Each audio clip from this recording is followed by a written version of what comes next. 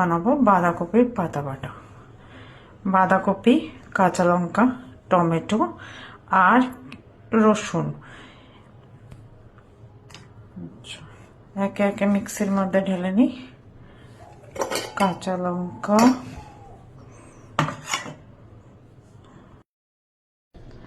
সব ঢালা হয়ে গেছে। এবার একটু হলুদ দিয়ে নিই। হলুদ, নুনটা আন্দাজ মতো,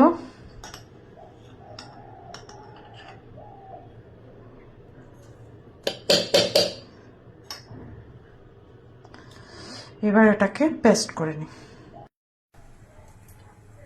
পেস্ট আমার রেডি। এদিকে তেলও গরম হয়ে গেছে। এবার এটাকে ঢেলে দিই।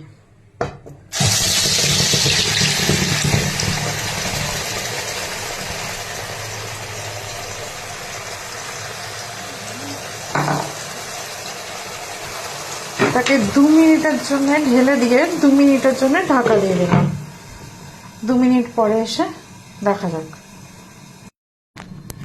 2 মিনিট হয়ে গেছে, ঢাকাটা খুলে দেখা যাক কি অবস্থা। এবারে এটাকে একটু নেড়ে ছেড়ে দিই।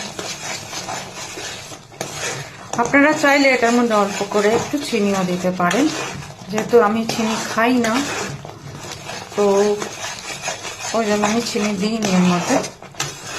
আপনারা চিনি দিতে পারেন। এটা আরও হবে, হতে থাক। এগুলো একটু টাইম লাগে হতে, হতে থাক।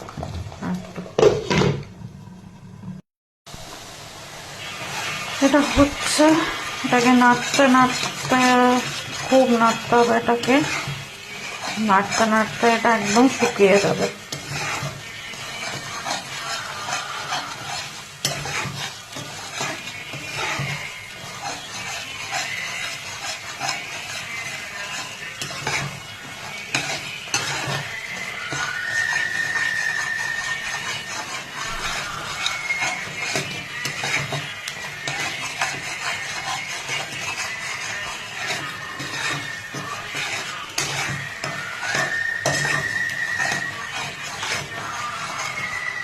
নাড়তে নাড়তে দেখেছেন জলটা পুরো শুকিয়ে এসছে।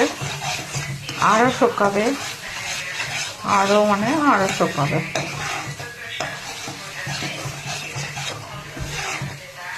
হাত ব্যথা হয়ে যায় নাড়তে নাড়তে।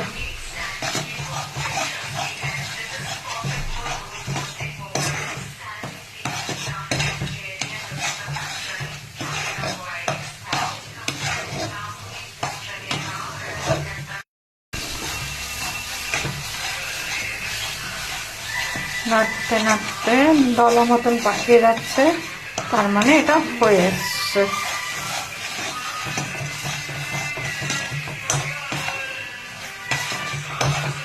দেখুন দলা মতন পাকিয়ে যাচ্ছে, তার মানে এটা হয়ে গেছে।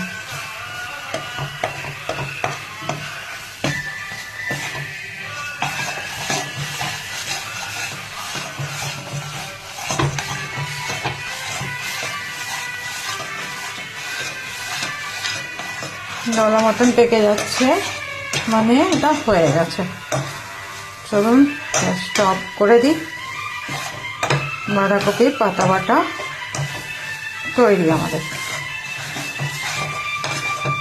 দেখুন কি সুন্দর কড়াই থেকে উঠেও যাচ্ছে, তার মানে এটা হয়ে গেছে।